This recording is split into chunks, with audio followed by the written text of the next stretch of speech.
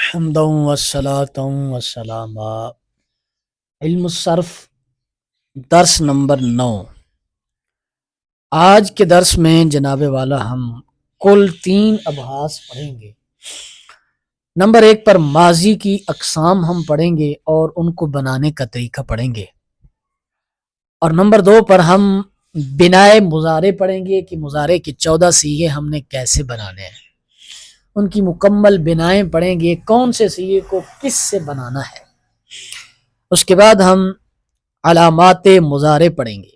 مضارع کی علامات 2 قسم پر مضارع کی علامات ہیں، ایک شروع کی علامات ہیں اور ایک آخر کی علامات.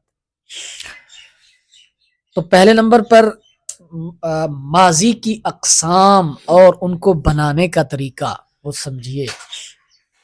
جناب والا ماضی کی 5 اقسام ہیں عربی کے اندر: ماضی قریب، ماضی بعید، ماضی استمراری، ماضی احتمالی، ماضی تمنائی.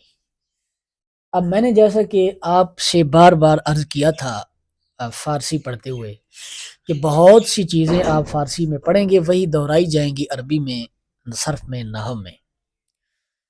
تو یہ بیان آپ مکمل پڑھ چکے ہیں. آپ کو پتہ ہے کہ ماضی قریب کیا ہوتا ہے، ماضی بعید کیا ہوتا ہے، ماضی استمراری کیا ہوتا ہے، احتمالی کیا ہوتا ہے، تمنائی کیا ہوتا ہے. ان کی تعریفیں کرنے اور ان کو سمجھانے کی آپ کو ضرورت نہیں ہے.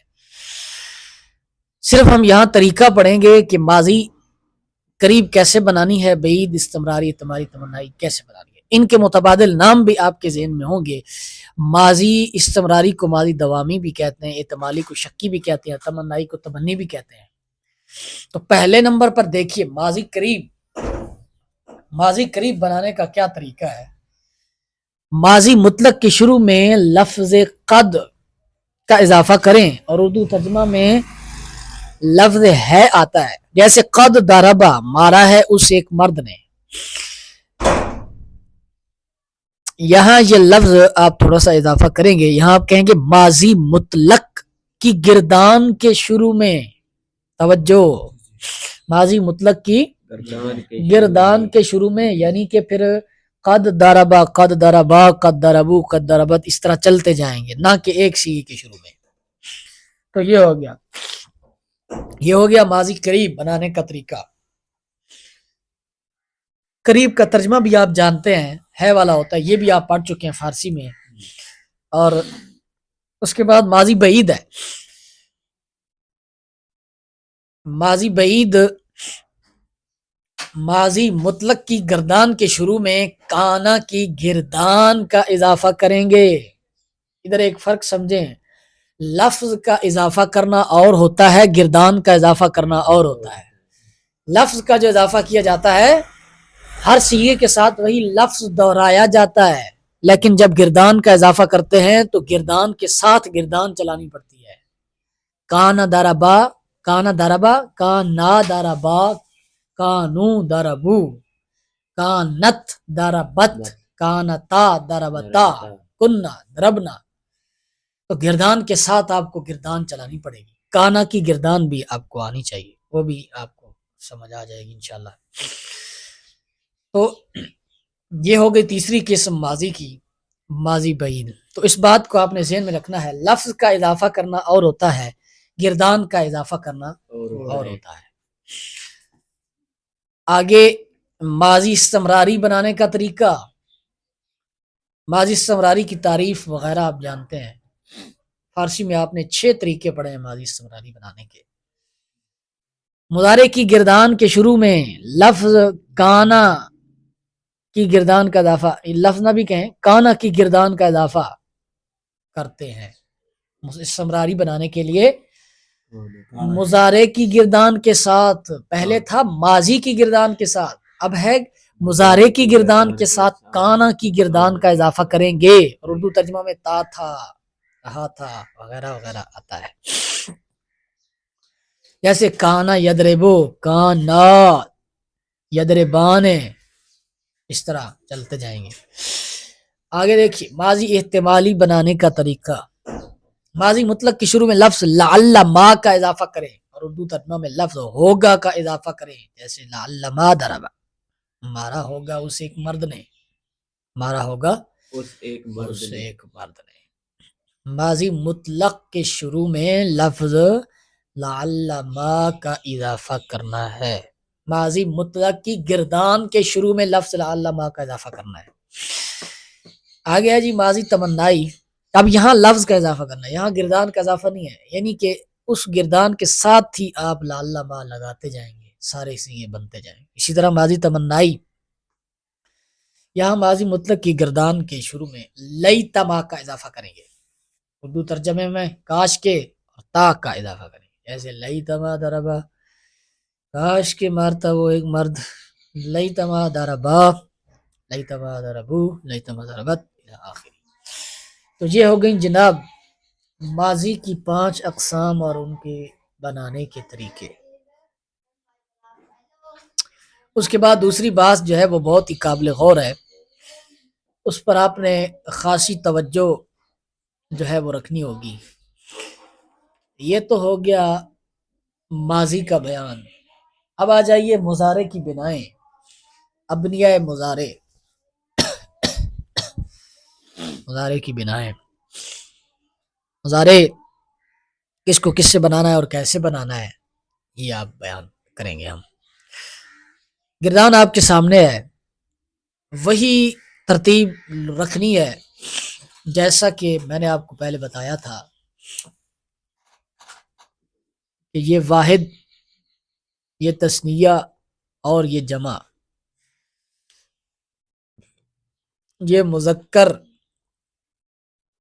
غائب، یہ مؤنث غائب، یہ مذکر حاضر، مؤنث حاضر، ٹھیک ہے، جمع مذکر و مؤنث متکلم، تو یہ ہے وہی ترتیب آپ نے رکھنی ہے۔ گردانیں ساری ایسی چلیں گی، صرف کبیر ایسے ہی چلے گی۔ اب مسئلہ رہا کس سیغے کو کس سے بنانا ہے، تو یہ بات ایک ایک سیغے کی سمجھتی جائیے۔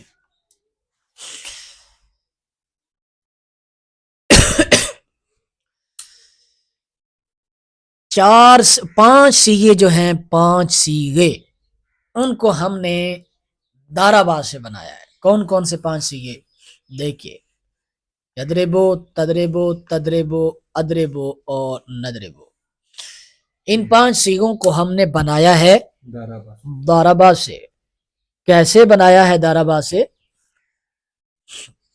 دارابا سے ایسے بنایا ہے کہ حروف عطین میں سے ایک ایک حرف کلمہ کے سکون کے ساتھ اس کے شروع میں لائے اور آخر کے ما قبل کو کسرہ دیا اور ضمہ اعرابی اس کے آخر میں لائے۔ یعنی حروف عطین یہ 4 لفظ ہیں، یہ الف تا یا نون، حروف عطین ان کو کہتے ہیں، حروف عطین، یہ 4 حروف ہیں۔ یہ مضارع کی علامات ہے، یہ مضارع کی علامات ہے۔ ان میں سے کوئی بھی حرف جب شروع میں آئے گا خاص وزن کے مطابق تو پتہ چلے گا کہ یہ سیغہ مضارع کا ہے۔ اچھا جی، یہ ہو گیا۔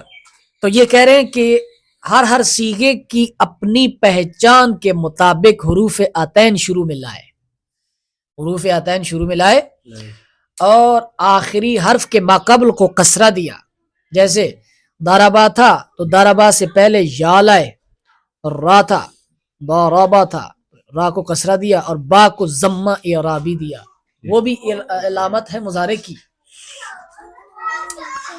تو یہ بن گیا یدربو، اور اسی طرح تدربو، تدربو، ادربو، ندربو، ان سب کو ہم نے جو ہے وہ دارابا فعل ماضی کے صیغہ واحد غائب سے بنایا ہے۔ اس کے بعد بات کرتے ہیں کہ ہم نے یہ تو ہو گئے 5 سیغے مکمل، 5 سیغے آپ کو سمجھ آ گئے کہ 5 سیغوں کو ہم نے کیسے بنایا ہے۔ اس کے بعد بات آتی ہے یدربانے اور تدربانے کو، یدربانے اور تدربانے کی۔ یدربانے اور تدربانے کو ہم نے اپنی اپنی واحد سے بنایا ہے۔ اپنی اپنی واحد سے بنایا ہے. اس طرح کہ الف لگایا، ان کے ساتھ الف لگایا، الف جو کہ علامت ہے، الف علامت ہے تثنیہ کی اور ضمیر فاعل کی. یہ تو تھا ید ریبو، تو پھر با کو زبر کیوں دی؟ یہ کل میں نے آپ کو قاعدہ بتایا تھا کہ الف اپنے ماقبل زبر چاہتا ہے، واو اپنے ماقبل پیش چاہتا ہے، یا اپنے ماقبل زیر چاہتا ہے، تو اس وجہ سے با کو جو ہے وہ زبر دی. پھر سوال ہوا کہ بھائی نون آپ کہاں سے لائے؟ نون، اس نون کو نون اعرابی کہا جاتا ہے، یہ میں آگے پھر بیان کروں گا. نون اعرابی کہا جاتا ہے، یہ آتا ہے جو یدربو با پر جو پیش تھی، اس پیش کے عوض میں اس کو لاتے ہیں، اس پیش کے بدلے میں اس کو لاتے ہیں، اسی لیے اس کو نون اعرابی کہتے ہیں. یہ اس کے اعراب کو ظاہر کرتا ہے. اسی طرح تدرے، جیسے ہم نے یدربانے کو یدربو سے بنایا، اسی طرح ہم نے تدربانے کو تدربو سے بنایا. سمجھ آئی بات کی؟ یہ دو سیغے بھی ہو گئے. اس کے بعد جی ہم چلتے ہیں یدربونا اور تدربونا کو ہم نے کیسے بنایا. یدربونا اور تدربونا کو بھی ہم نے اپنی واحد سے بنایا ہے. کیسے بنایا؟ واو ہم علامت لائے، واو ساکن علامت لائے جمع مذکر کی، جمع کی علامت لائے. یدربونا اور یدربنا کو ہم نے کیسے بنایا؟ یدربونا اور یدربنا کو. لیکن اس سے پہلے آپ یدربونا اور یدربنا سے پہلے آپ یدربونا اور تدربونا کو سمجھ لیں، کیونکہ ان کی مطابقت علیحدہ ہے. یدربونا اور تدربونا کو اپنی اپنی واحد سے بنایا. کیسے؟ واو علامت لائے جمع کی، اور اب جب واو ساکن لائے تو اس کا ماقبل پہلے ہی مضموم ہے، یدربو پہلے ہی مضموم ہے، تو یہاں ضمہ لانے کی ضرورت ہی نہ پیش آئی. اور نون مفتوح ضمہ اعرابی کے عوض جو واحد میں تھا ان کے آخر میں لائے. یہ نون جو لائے، نون مفتوح جو لائے، یہ کیوں لائے؟ یہ با پر جو پیش تھی اس پیش کے بدلے میں اس کو لائے ہیں، پیش کے عوض میں لائے ہیں، اس لیے اس کو نون اعرابی کہتے ہیں. تو یہ یدربونا اور تدربونا بھی آپ کو سمجھ آ گیا کہ کیسے بنایا ہے. اس کے بعد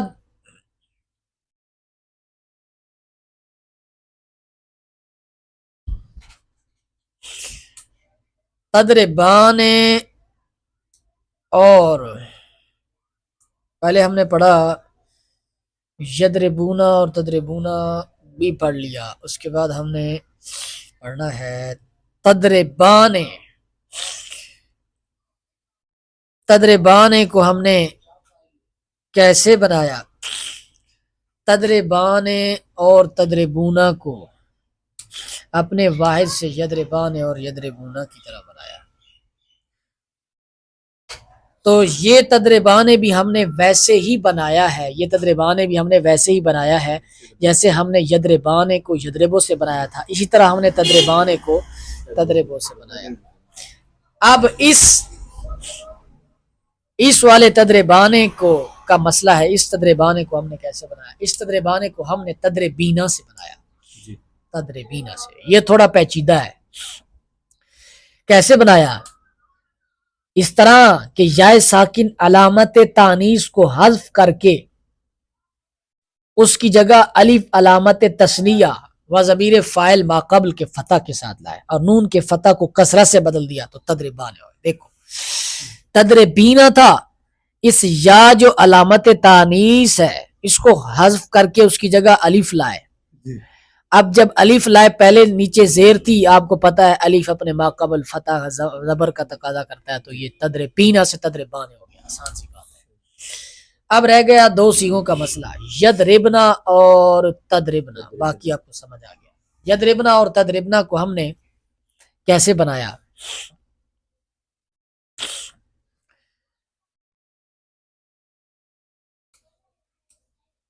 تدربنا کو ہم نے تدربینا سے بنایا، اور یدربنا جو صیغہ ہے جمع کا، جمع مؤنث غائب کا، اس کو ہم نے اپنی واحد سے بنایا ہے.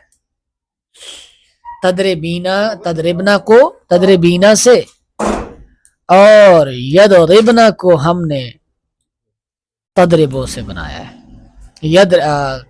ہاں جی، تدربو سے بنایا ہے. اس سے پہلے آپ دیکھیے تدربینا، تدربنا کو ہم نے تدربینا سے کیسے بنایا؟ اس طرح کہ یا اور نون واحد کو حذف کر کے اس کی جگہ نون مفتوح علامت جمع مؤنث و ضمیر فاعل ما قبل کے سکون کے ساتھ لائے. تدربنا ہو گیا. سیدھی سی بات ہے جی. کیا کرنا ہے؟ پہلے یا اور نون، ادھر ہی کتاب پر سمجھیں، یا اور نون جو کہ علامت تھی واحد کی، اس کو ختم کیا، حذف کر کے اس کی جگہ نون مفتوح علامت جمع مؤنث و ضمیر فاعل، یا نون کی جگہ نون مفتوح کو حذف کر کے، نون واحد کو حذف کر کے اس کی جگہ نون لائے، جو نون مفتوح لائے، جو کہ علامت ہے جمع مؤنث کی اور ضمیر فاعل ہے ما قبل کے سکون کے ساتھ. تدربینا سے تدربنا ہو گیا. تو یہ تھا جناب آج کا درس، جس میں ہم نے فعل مضارع کی بنا پڑھی. اور ابھی آگے ایک بحث رہتی ہے ہماری، علامات مضارع کی بحث. علامات مضارع کی بحث. اچھا، یہ کتاب والوں نے ایک صیغہ یہاں نہیں بیان کیا، ایک صیغے کی بنا نہیں بیان کی، تو وہ ہم آپ کو بیان کر دیتے ہیں.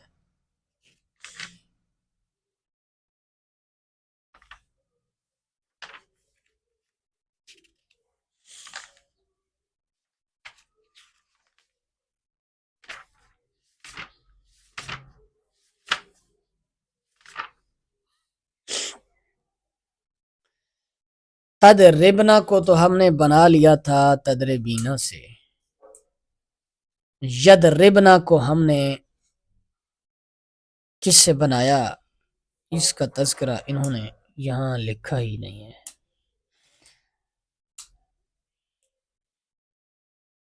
یدربنا کو ہم نے یدربو سے بنایا.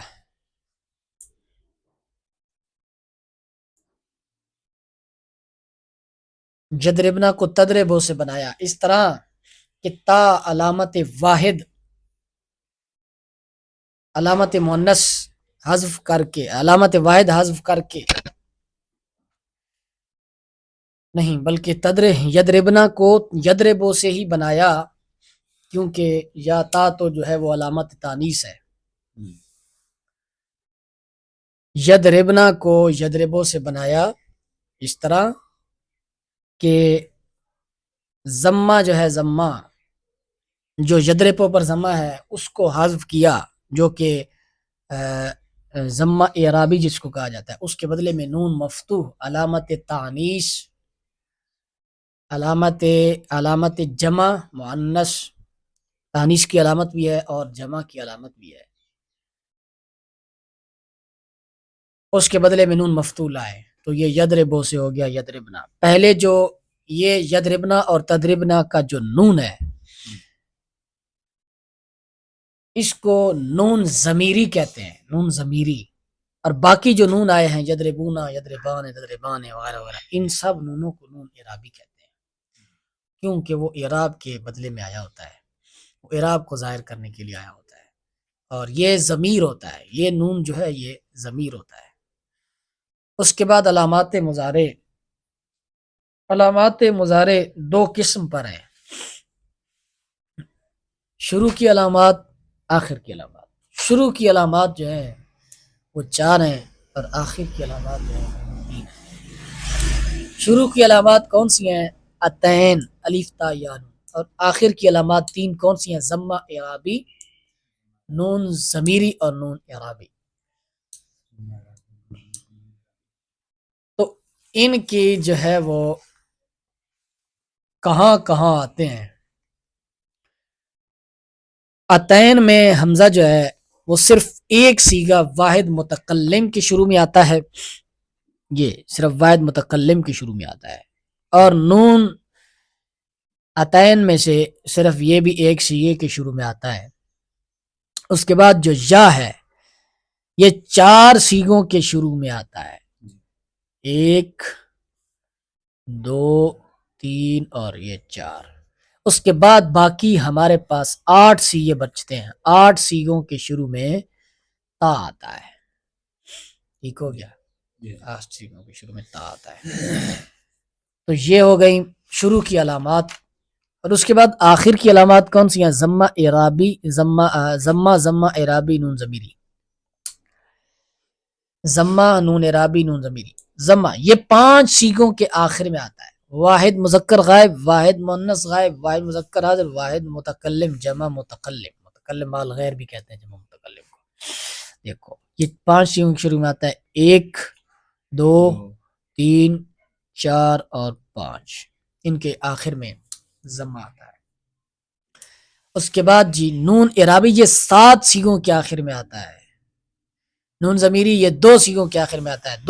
دو نون ضمیری والے یہ سیگے ہیں، یدربنا اور تدربنا. اس کے علاوہ جو نون بچتے ہیں 4 یہ نون، 1 یہ نون، 5 اور 2 یہ نون، 7. یہ 7 سیگے ضمہ ان کے ساتھ جو ہے وہ نون اعرابی ہے، اور باقی یہ جو 2 بچتے ہیں ان کے ساتھ 2 نون ضمیری ہے.